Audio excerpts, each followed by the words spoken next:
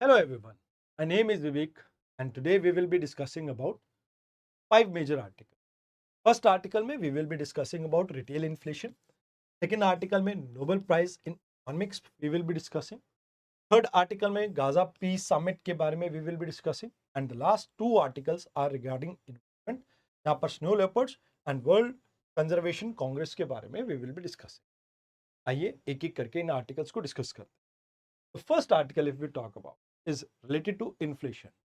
And कहीं ना कहीं यूपीएससी प्रीलिम्स में इन्फ्लेशन के टाइप्स के ऊपर आपको क्वेश्चन देखने को मिलता है कि इनमें से कौन से फैक्टर पुश या पुल इन्फ्लेशन का कॉज करते हैं. देन आपको कैसे इन्फ्लेशन आप कंट्रोल कर सकते हो इसके बारे में अप्लाइड बेस पे क्वेश्चन आ जाता है. मेंस में आपको मॉनेटरी पॉलिसी के ऊपर रिपीटेडली क्वेश्चन पूछे गए हैं, तो हम इस बेसिस पे कह सकते हैं ये टॉपिक काफी क्रुशियल रहेगा. अब यहां पे आपको समझना है कि रिटेल इन्फ्लेशन इंडिया में आरबीआई यूज करता है अपनी पॉलिसी मेकिंग के लिए. इसमें सबसे बड़ी बात यह है कि 8 साल की ये न्यूनतम यानी सबसे निचले स्तर पे पहुंच गया, बिकॉज ऑफ विच थोड़े कंसर्न्स भी कहीं ना कहीं इकोनॉमी में वो डिमांड आपको देखने को नहीं मिल रही. अब देखिए मैं ऐसा क्यों कह रहा हूं. देखो आरबीआई को जब ये मैंडेट दिया गया था कि आपको इन्फ्लेशन को कंट्रोल करना है, तो इन्हें कहा गया था कि आप 4% ±2% के ब्रैकेट में इन्फ्लेशन को कंट्रोल कीजिए. यानी 2% से लेके 6% के बीच में आप इन्फ्लेशन को रखेंगे. अब यहां पे ये जो इन्फ्लेशन है अभी इससे नीचे चल रहा है 1.54% के आसपास, तो जो एक कंसर्निंग बात है. कहीं ना कहीं इकोनॉमी में वो डिमांड नहीं देखने को मिल रही. हो सकता है आने वाले समय में आपको आरबीआई की तरफ से ईज मनी पॉलिसी देखने को मिले जिससे डिमांड बूस्ट कर सके कि मनी सप्लाई इंक्रीज होगा तो डिमांड इंक्रीज होगी. अब इन्फ्लेशन क्या होता है अब इसे समझते हैं. इन्फ्लेशन देखिए आपके किसी भी कॉमोडिटी के जनरल प्राइस में जो हाइक देखने को मिलता है over a period of time, इसे इन्फ्लेशन कहा जाता है. लेट्स से आप सेब खरीदने गए हैं एंड ये सेब जो है 100 रुपए किलो बिक रहा है आज की डेट, ये 2025 में. अब लेट्स से हम फास्ट फॉरवर्ड करते हैं 2026 में जाते हैं और सेम सेब की कीमत 200 रुपए किलो हो गई. जी कितना, 200 रुपए किलो. तो इस केस में यहां पर ये जो 100 रुपए है इसके ऊपर इन्फ्लेशन आपको देखने को मिल रहा है. मतलब क्वांटिटी में कोई बदलाव नहीं आया बट उसका प्राइस बदल गया, दैट इज इन्फ्लेशन. अब ये इन्फ्लेशन दो फैक्टर्स की वजह से हो, एक डिमांड की वजह से, एक कॉस्ट की वजह. अब देखिए इन्फ्लेशन इस वजह से शायद इंक्रीज हो गया okay? क्योंकि गवर्नमेंट ने लेट्स से फर्टिलाइजर की कॉस्ट इंक्रीज कर दी, तो दैट इज इनपुट की कॉस्ट इंक्रीज हुई, तो इसे कॉस्ट पुश इन्फ्लेशन कहा जाता है. ये सप्लाई चेन के डिसरप्शन की वजह से भी हो सकता है, इनपुट कॉस्ट इंक्रीज होने की वजह से भी हो सकता है. दूसरी तरफ डिमांड पुल इन्फ्लेशन की बात की तो यहां पे लोगों के पास पैसा ज्यादा आ गया. लेट्स से आज भी इकोनॉमी में 100 किलो सेब ही प्रोड्यूस हो रहे हैं, पर डिमांड इंक्रीज होगी क्योंकि लोगों के पास पैसा है 150 केजी के आसपास. 50 केजी का डेफिसिट है, जो 100 केजी सेब है इनकी कीमत अपने आप बढ़ जाएगी. जब भी इकोनॉमी में लोगों के हाथ में पैसा ज्यादा होगा तो बट ऑब्वियस है आपकी इन्फ्लेशन तब इकोनॉमी में आएगी. अब यहां पर कंज्यूमर प्राइस इंडेक्स और होलसेल प्राइस इंडेक्स दो ऐसे मेथड हैं जिसके थ्रू इन्फ्लेशन को कैलकुलेट किया जाता है. यूजुअली इकोनॉमीज में इन्हीं दो मेथड का यूज किया जाता है. अब जो कंज्यूमर प्राइस इंडेक्स है ये रिटेल लेवल यानी आप और मेरे लेवल पे इन्फ्लेशन को दर्शाता है, whereas wholesale price index आपका इन्फ्लेशन को बताता है एज अ होलसेलर के लेवल पे.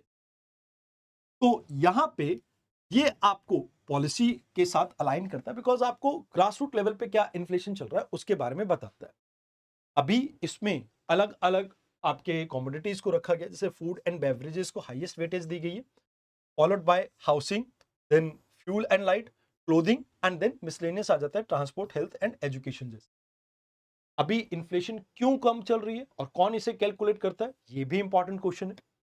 देखिए पहली चीज, इसे कैलकुलेट किया जाता है मिनिस्ट्री ऑफ स्टैटिक्स के द्वारा एंड इसे आरबीआई यूज करती है अपने इन्फ्लेशन टारगेट्स को सेट करने के लिए. अभी कम क्यों चल रही है, बिकॉज हमारे यहां पर मानसून अच्छा रहा, तो वो एक बात है. बेस इफेक्ट, पिछले साल इन्फ्लेशन बहुत ज्यादा था उसकी तुलना में अभी इन्फ्लेशन कम चल रहा है. एंड मोर ओवर जो जीएसटी रिफॉर्म आए हैं उसका भी आपको असर देखने को मिल रहा है क्लोथिंग एंड फुटवेयर के सेक्शन में. In addition to this global supply chain अब और ज़्यादा आप कह सकते हो स्मूथ हो गई। कोविड और ये जो कॉन्फ्लिक्ट चल रहे थे ग्लोबल, उनके बाद काफ़ी रफ पैचेस के बाद अब स्मूथ हो गई। In addition to this government ने टाइम एंड अगेन जो इंटरवेंशन किए हैं उसका भी यहाँ पे आपको रिजल्ट देखने को मिल रहा है। एंड लास्ट में एक बात ये भी आ जाती है, ग्लोबल फ्यूल प्राइसेस काफ़ी मॉडरेट से चल रहे हैं, तो उस वजह से भी आपको मिलता है। अभी इन्फ्लेशन कौन कौन से सेक्टर में कैसी रही? फूड बेवरेजेस में नेगेटिव इन्फ्लेशन चल रही है, फॉलोड बाय फ्यूल की बात की जाए तो स्लो डाउन इसमें भी देखने को मिल रहा है एंड क्लोथिंग में भी देखने को मिल रहा है। बट ऑयल एंड फैट अभी भी डबल डिजिट में, हाउसिंग में इन्फ्लेशन थोड़ी इंक्रीज हुई है एंड पान टबैको प्रोडक्ट्स में भी इन्फ्लेशन स्लाइटली आपकी इंक्रीज है। ये चीजें हैं जो आपको यहाँ पे याद रखनी है। आइए अब बात करते हैं आज के सेकेंड आर्टिकल।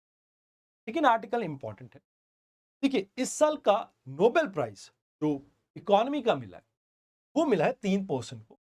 पहले पर्सन है आपके जॉयल फिलिप एंड तीसरे पर्सन है पीटर। अब इनका मानना यह है कि भाई जो भी इकोनॉमी इनोवेशन के ऊपर फोकस करेगी डेफिनेटली वो अच्छा परफॉर्म। अब एक एग्जांपल के तौर पे अगर आप मिडाइवल हिस्ट्री की बात करें इंडिया की, तो वहां पर इंडिया के अंदर इनोवेशन खत्म होता है एंड इसकी वजह से आप आगे चलकर देखिए इंडियन इकोनॉमी की हालत खराब होती जाती है एंड बाद में जब जब यूरोपियन आए उसके बाद तो हमारे को बहुत ज्यादा एक्सप्लॉइट किया गया, तो एक स्टेगनेंट इकोनॉमी की तरफ चले गए थे जिसकी वजह से इंडिया के अंदर वो ग्रोथ रेट नहीं देखने को मिला एंड इवन पोस्ट इंडिपेंडेंस भी सेम सिनेरियो आपका कंटिन्यू हो रहा है। अब बात आती है कि इसके लिए इन्होंने प्रूव क्या दिया। तो सबसे पहले जॉयल ने एक एक्सपेरिमेंट या आप कह सकते हो कि एक हिस्टोरिकल एविडेंस प्रोवाइड किया कि इंडस्ट्रियल रेवोल्यूशन के बाद यूरोप जो कि एक उससे पहले स्टेगनेंट इकोनॉमी हुआ करता था वो कैसे फ्लरिश की। अब उनका मानना यह है कि जो भी कंट्री कल्चर ऑफ इनोवेशन को प्रमोट करेगी वो डेफिनेटली अच्छा परफॉर्म करेगी एंड यूरोप के अच्छा परफॉर्म करने के पीछे कैपिटल और लेबर तो था ही था, बट टेक्नोलॉजी का जो इनोवेशन था वो भी एक इंपॉर्टेंट रहा। अब एग्जांपल के लिए मैं आपको दो कंपनीज का रेफरेंस दूंगा। देखिए, नोकिया एक समय पे मोबाइल कंपनीज में सबसे बड़ा नाम हुआ करता था, बट इन्होंने अपने आप को इनोवेट नहीं किया, इनोवेशन के ऊपर फोकस नहीं किया, तो बाद में ऑब्सोलीट होगी। आज नोकिया के मोबाइल फोन देखने से नहीं मिलते। ऐसे ही एक कंपनी हुआ करती थी कोडेक, कोडेक कैमरास के लिए जानी जाती थी एंड आज की डेट में इसका भी कोई एग्जिस्टेंस नहीं देखने को मिलता, जस्ट बिकॉज क्योंकि आप हमेशा याद रखिए कि कंटिन्यूसली आपको रिप्लेस करनी पड़ेगी ओल्ड टेक्नोलॉजी। ऐसा आप ये कह सकते हो कि फिलिप एंड पीटर ने कहा एंड जितना डायनेमिक मॉडल होगा आपका इनोवेशन का उतना ही पॉसिबिलिटी है कि आप आगे मूव फॉरवर्ड करेंगे। तो आप कंपटीशन को प्रमोट करो, आप स्टिमुलेट करो टेक्नोलॉजी प्रोग्रेस को, उनको रोकने की कोशिश मत करो। यहाँ पर फर्म्स एंटरप्रेन्योर्स हो सकता है कि एक टाइमिंग के लिए मोनोपोली हासिल कर ले जैसे गूगल ने कर रखी, बट जोहो जैसे कई आपके ऐसे प्लेटफॉर्म आएंगे जो आने वाले समय में गूगल की मोनोपोली को तोड़ देंगे। तो आपको याद रखना है कि यहाँ पे अगर आप फोकस करते हैं एडवांस टेक्नोलॉजीज के ऊपर तो ऑटोमेटिकली नहीं आएगी। आपको education research and supportive institutes के ऊपर फोकस करना होगा। मॉडर्न टेक्नोलॉजीज जो हैं वो कहीं ना कहीं वो इंटरनल फोर्स का काम करेंगी जो कि इकोनॉमी को आगे बढ़ने में हेल्प करेंगे। ये चीज है जो आपको यहाँ पे याद रखनी है। अब एक अच्छी खबर, आफ्टर 2 इयर्स, 2 लंबे सालों के बाद वेस्ट एशिया में एक बार फिर से शायद पीस देखने को मिले। देखिए, 7 अक्टूबर को हमास ने अटैक किया था इसराइल के ऊपर में, 1200 के करीब लोगों को मारा गया और काफी सारे होस्टेज पकड़ के वो ले गए थे। अब जिसके बाद इसराइल ने जब रिटेलिएट किया तो आपको गाजा में जो मंजर देखने को मिला वो तो आपको पता ही है। अब यहां पे दोनों कंट्रीज के बीच दूसरी कंट्री नहीं है। अब यहां पे हमास और इसराइल के बीच में एक पीस अकॉर्ड हुआ। इसको गाजा पीस अकॉर्ड के नाम से हम जाने या गाजा डिक्लेरेशन के नाम से जाने। गाजा पीस समिट जो कि शर्म अल शेख इजिप्ट में हुई, इसको चेयर किया ट्रंप ने एंड इजिप्ट के जो प्रेसिडेंट है अल सीसी, इन्होंने तो कहते कि भाई यहाँ पे 20 जिंदा इजरायली हॉस्टेजेस को छोड़ा गया एंड इसराइल ने भी 2000 के करीब फिलिस्तीनी प्रिजनर्स को छोड़ दिया। अब यहाँ पे कहा जा रहा है कि भाई देखो, जो इंडिया के लाइक रिप्रेजेंटेशन गया था वो इंडिया के minister of state external affair Kirti Vardhan Singh गए थे एंड इन्होंने इंडिया को वहां पे रिप्रेजेंट, इंडिया ने रीअफर्म किया कि भाई वो कॉन्स्टेंटली सपोर्ट करता है टू स्टेट सॉल्यूशन को एंड सॉवरेनिटी एंड सिक्योरिटी दोनों देशों का अपना अधिकार है। अब यहां पे इस पीस अकॉर्ड में है क्या ये समझिए। देखिए, मिडिल ईस्ट का ये पार्ट जिसे हम इसराइल कहते हैं, यहां पे अभी एक कह सकते हो कि पीस अकॉर्ड में ये बात की जाए कि गाजा वाला जो एरिया है, खासकर यहां पर जो आपको देखने को मिल रहा है, इसमें कोशिश की जाएगी कि इकोनॉमी को प्रमोट किया जाए, इकोनॉमी इन द सेंस की डेवलपमेंट को प्रमोट किया जाए, जिससे लॉन्ग लास्टिंग पीस यहां पर एस्टैब्लिश की जाए। तो यहां पे आप कह सकते हो कि आने वाले समय में कोई भी गाजा के अंदर कुछ भी होगा तो उसको कहीं ना कहीं वर्ल्ड लेवल पे डिप्लोमेटिकली सॉल्व करने की बात की गई है। तो पहली बात, यहाँ पर एक फ्रेमवर्क एस्टैब्लिश किया गया जिससे हम डिस्प्यूट रेजोल्यूशन डिप्लोमेसी के थ्रू करेंगे, वॉरफेयर के थ्रू नहीं। हम प्रिवेंट करेंगे वापस से एक्सट्रीमिज्म यहाँ पे पॉप ना करे, कहीं ना कहीं ह्यूमैनिटेरियन एड को यहाँ पर कंटिन्यू करने की बात की गई। पीस का एक रोड मैप तैयार किया गया ताकि स्टेबिलिटी एंड गवर्नेंस लेके, गुड गवर्नेंस लेके आया जा सके गाजा के अंदर। एंड मीनवाइल गाजा को और अभी हमास को संयम बरतना होगा और सीज फायर यहाँ पर फॉलो करना होगा। अब इसमें जो मेजर लीडर्स जिन्होंने गाजा डिक्लेरेशन को साइन किया, Trump declaration for enduring peace and prosperity के नाम दिया गया, US, Egypt, Qatar and Turkey, ये सभी इसमें गारंटर बने एंड 2 साल का ये जो कॉन्फ्लिक्ट था अब एंड हो चुका। अब देखिए, बात यहाँ पे ये आ जाती है, कुछ चीजों के ऊपर अभी भी फुल आप ये कह सकते हो कॉन्फिडेंस नहीं दिया जा सकता कि हमास की डिसआर्मामेंट अब हथियार उठाएंगे कि नहीं, देखने वाली बात है। गाजा में फ्यूचर गवर्नेंस कैसा होगा ये भी अभी कोई क्लैरिटी नहीं। इसराइल कहीं ना कहीं फुल्ली विड्रॉ करेगा, इसके ऊपर भी कोई बहुत बड़ा अभी सवालिया निशान है। एंड फलस्तीन की स्टेटहुड को लेके अभी भी जैसे का तैसा है।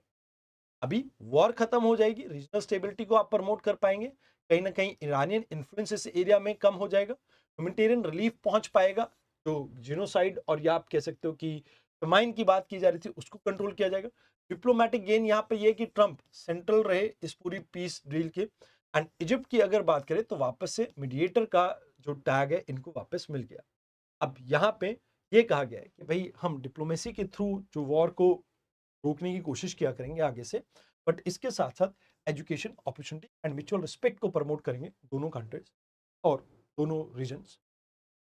रिलीजियस एंड कल्चरल हेरिटेज, चाहे जूइस की बात करें, चाहे क्रिश्चियंस की बात करें, इस्लाम की बात करें, इसको यहाँ पे कहीं ना कहीं संजो के रखने की बात की कि आपस में एक आप कह सकते हैं कि टॉलरेंस को बिल्ड करने की बात, ये चीज है जो आपको यहाँ पे याद रखनी। आइए अब बात करते हैं आज के नेक्स्ट आर्टिकल, स्नो लेपर्ड्स के बारे में। ये आर्टिकल कुछ इस तरह का स्नो लेपर्ड, एक आपका ये कह सकते हो कि पॉइंटर के फॉर्म में यूपीएससी ने पहले भी पूछा हुआ है। तो अभी एक रिसर्च कंडक्ट की गई, इसकी वजह से ये न्यूज में, रिसर्च में ये पाया कि भाई स्टैनफोर्ड यूनिवर्सिटी ये कहती है कि भाई जो स्नो लेपर्ड्स है इनके अंदर जेनेटिक वेरिएशंस कम है, इवन चीता से भी कम है।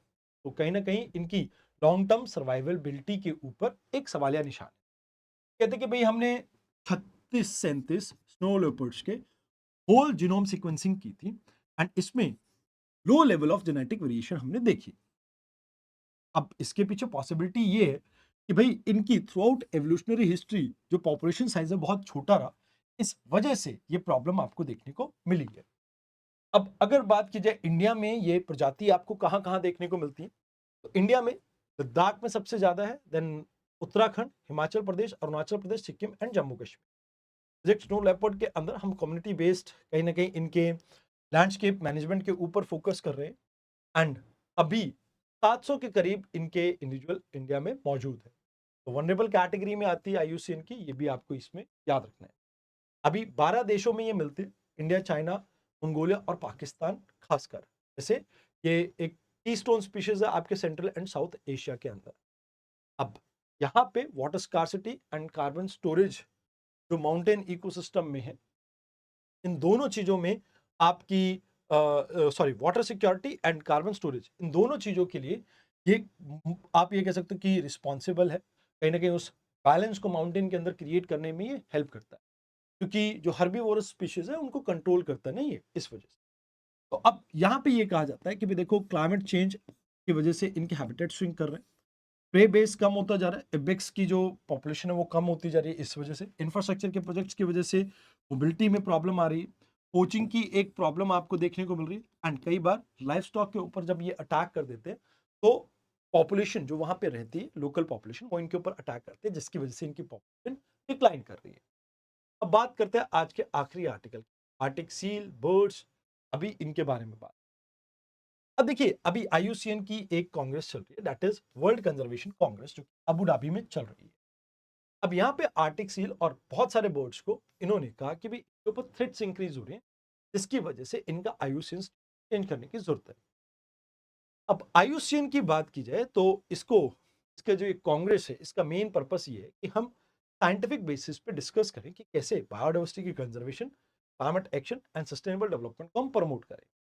अब ये 4 साल में एक बार होती है एंड इसमें हम रिकवरी के ऊपर फोकस करते हैं। हम कोशिश करते हैं कि जैसे कोई भी साइंटिफिक डाटा के बेसिस पे स्पीशीज को अपग्रेड या डाउनग्रेड करना है स्टेटस को, वो उसमें देखा जाता है। अभी फिलहाल इनकी लिस्ट में 1,72,000 स्पीशीज को इंक्लूड किया और जिसमें से 48,000 थ्रेटन कैटेगरी में आती है। आर्टिक स्पीशीज सबसे ज्यादा इंपेक्टेड है बिकॉज ग्लोबल वार्मिंग के कारण आर्टिक आपका जल्दी से पिघल रहा है एंड ये एक मेजर कारण है कि यहाँ की स्पीशीज बहुत जल्दी विलुप्त हो जाए। Habitat loss, logging and agriculture expansion leading cause है जिसकी वजह से बर्ड की पॉपुलेशन भी कम हो रही है। वैसे मरीन पॉपुलेशन के ऊपर भी इम्पेक्ट है। Ships, oil extraction, industrial fishing और हंटिंग के कारण जो आर्टिक एरिया की सील है इनकी पॉपुलेशन कम होती जा रही है। तो अगर हम बात करें तो यहाँ पे आपको याद रखना है कि ओवरऑल जो बर्ड की पॉपुलेशन है वो डिक्लाइन कर रही है 44%। अगर 61 बर्ड परसेंट जो बर्ड स्पीशीज है उनमें डिक्लाइन आपको देखने को मिल रहा है। 44% पहले देखने को मिलता था 44% स्पीशीज में, अब उससे कहीं ज्यादा है। मेडागास्कर में 14 आपकी स्पीशीज जो है अब नियर थ्रेटन कैटेगरी में आ रही है, 3 वनरेबल। वेस्ट अफ्रीका में भी 5 नई स्पीशीज आ गई हैं एंड सेंट्रल अमेरिका में एक नई स्पीशीज को नियर थ्रेटन कैटेगरी में रखा गया है। अब देखिए अगर हम बात करें तो पॉजिटिव डेवलपमेंट ये रही है कि जो टर्टल है, ग्रीन टर्टल, कहते हैं कि भी अब ये इंडेंजर्ड कैटेगरी में नहीं आ रहे, कंजर्वेशन एफर्ट्स की वजह से कहीं ना कहीं इनकी पॉपुलेशन काफी ठीक रही। ये चीजें हैं जो आपको आज की डिस्कशन में याद रखनी है। आई होप आपको डिस्कशन अच्छी लगी हो। अब मिलते हैं कल एक नई डिस्कशन के साथ, तब तक अलविदा।